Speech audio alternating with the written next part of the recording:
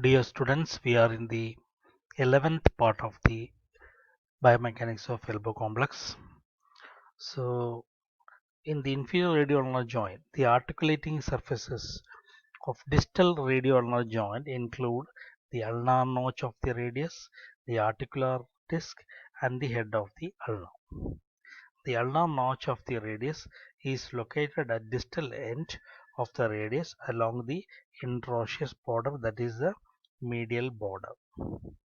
The radius of curvature of the concave ulnar notch is 4 to 7 millimeter larger than that of the ulnar head. You can see here the ulnar head is comparatively smaller here, and the radial head is so the outward projecting this concavity.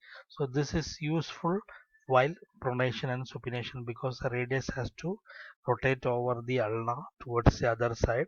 So usually this concavity is necessary for proper supination and pronation movement of the forearm. The articular disc is sometimes referred to as either the triangular fibrocartilage, that is, in short form, to remember, we usually use the word TFC, meaning triangular fibrocartilage, because of its triangular shape, or as a part of the triangular fibrocartilage complex, that is TFCC, because of its extensive fibrous connection. This TFCC will go through study this, because the inferior radio, even though it is here we are studying in the inferior radial nerve, it is a very integral part of the wrist joint also. The disc has been described as resembling a shelf whose medial border is embedded in a wedge of vascular connective tissue containing fine ligamentous bands that join the disc to the ulna and articular capsule. The base of the articular disc is attached to the distal edge of the ulnar notch of the radius. The apex of the articular disc has two attachments. One attachment is to the base of fovea or the ulnar to the fovea of the ulnar head. The other attachment is to the base of the ulnar styloid process. Medially, the articular disc is continuous with the fibers of ulnar collateral ligament, which arises from sides of the styloid process. The margins of the articular disc are thickened and are either formed by or are integral parts of the dorsal and palmar capsular radioulnar ligaments. The ligaments are firmly attached to the radius. The ulnar attachment are somewhat less firmly attached.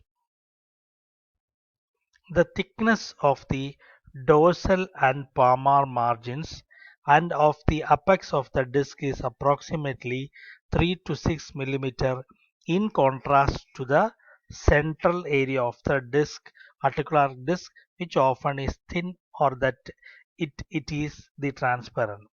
If you consider the articular disc as a coin or like a triangular coin, what we have to understand is the edges of the coin are thicker and the central part is thinner.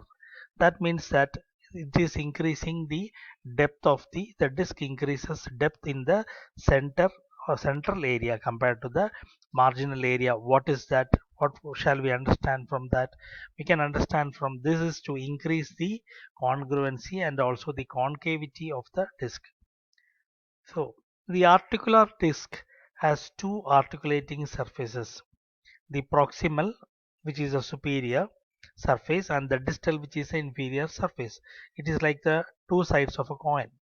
The proximal surface of the disc articulates with the ulnar head at the distal radioulnar joint, whereas the distal surface naturally articulates with the carpal bones. As I have earlier mentioned, it becomes part of the wrist joint as a part of the what we call as the radiocarpal joints, because in the wrist joint we have the radiocarpal joint, the midcarpal joints, and the metacarpal joints. So uh, so here we are talking about the this disc because it is part of the radio and the first carpal bones, that is the radiocarpal joint, the proximal carpal bones.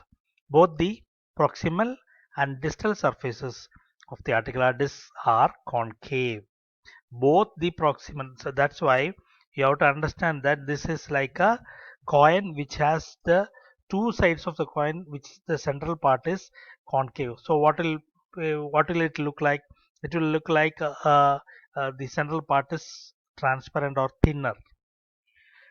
The superior surface of the articular disc is deepened to accommodate the convexity of the ulnar head. So that means the superior or the proximal surface is convex to accept the concavity of the ulnar head. The distal surface is adapted to accommodate the carpal bones. The peripheral parts of the both the ulnar and the carpal disc surfaces are covered by synovium coming from their respective joint capsules. The ulnar head is convex and is covered with articular cartilage. The naturally convex ulnar head goes into the concave uh, TFCC, that is the superior surface of the TFCC is covered with articular cartilage distally. The head has two articular surfaces, the pole and the seat, which articulate with the articular disc and the ulnar notch of the radius respectively. The convex pole is U-shaped and faces the disc.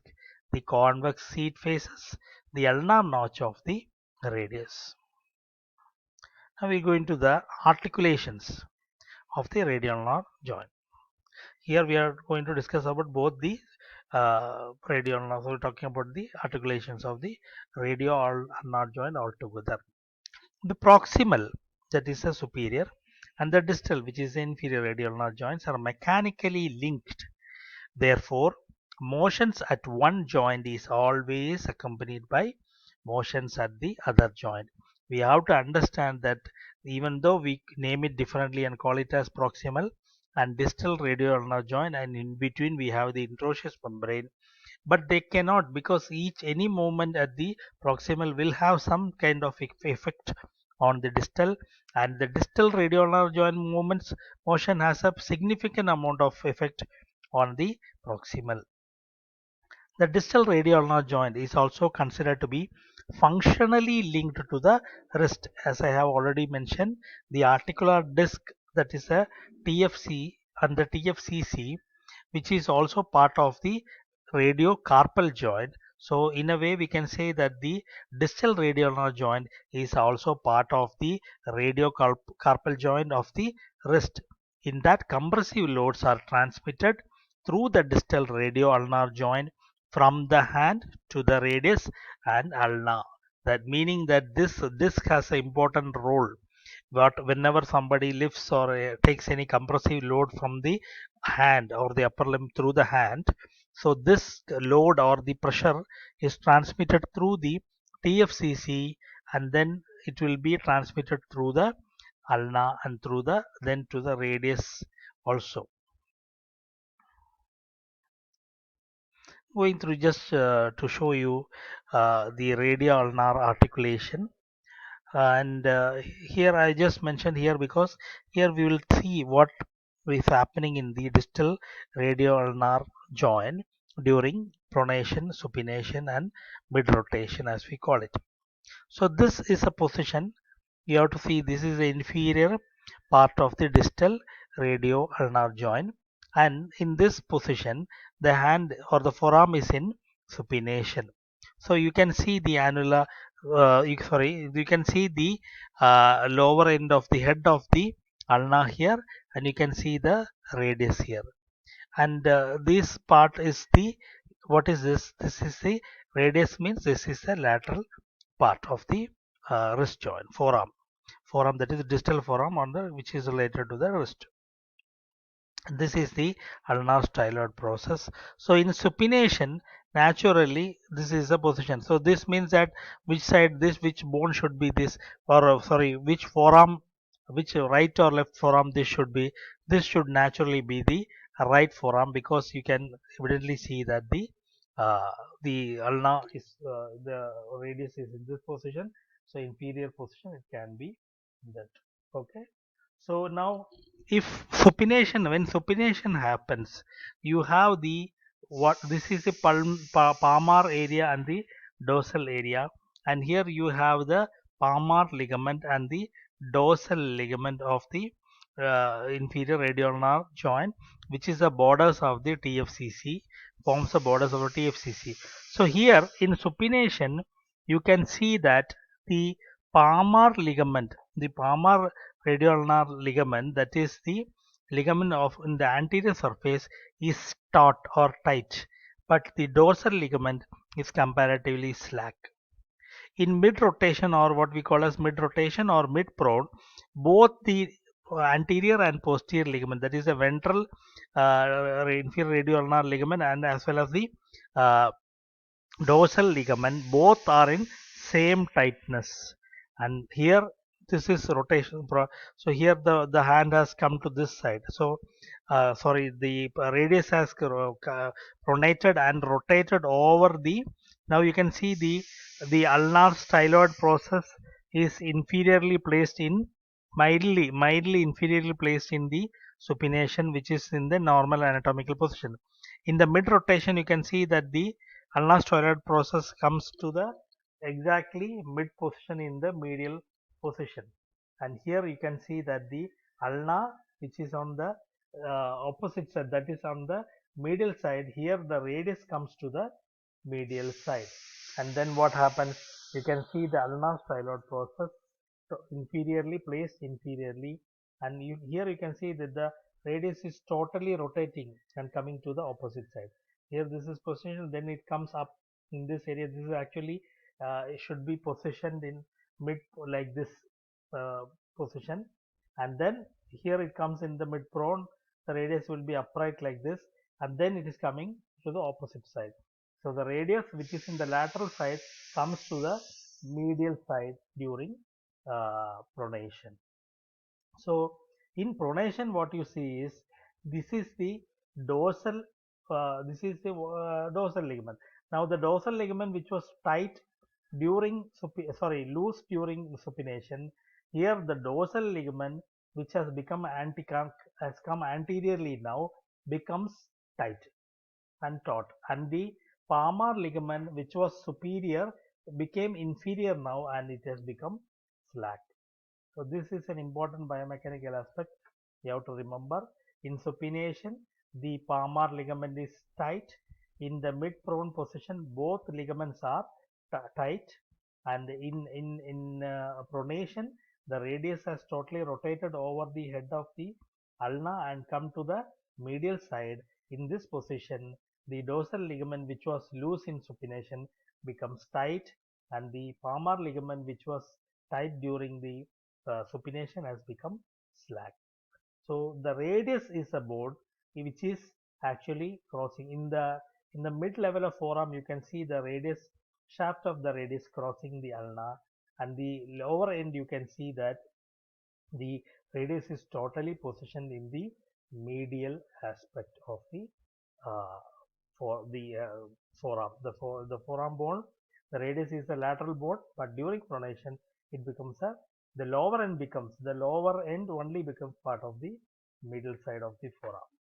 And you can see that the proximal radial ulnar joint, it becomes totally compressed here. The head of the radius and the ulnar, no, the ulna, which is what we call as the radial notch of ulna, becomes totally compressed, and there is a mild the convex head of the radius here. The proximal becomes rotated inside. There is a spinning action happening here. There is a total rotational process.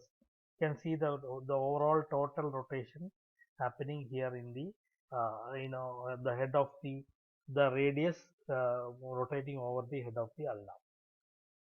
Pronation of the forearm occurs as a result of the radius crossing over the ulna at the superior radio-ulnar joint. During pronation and supination, the rim of the head of the radius spins within the osteoligamentous enclosure formed by the radial notch and the annular ligament. The here when this rotation happens, the superior the annular ligament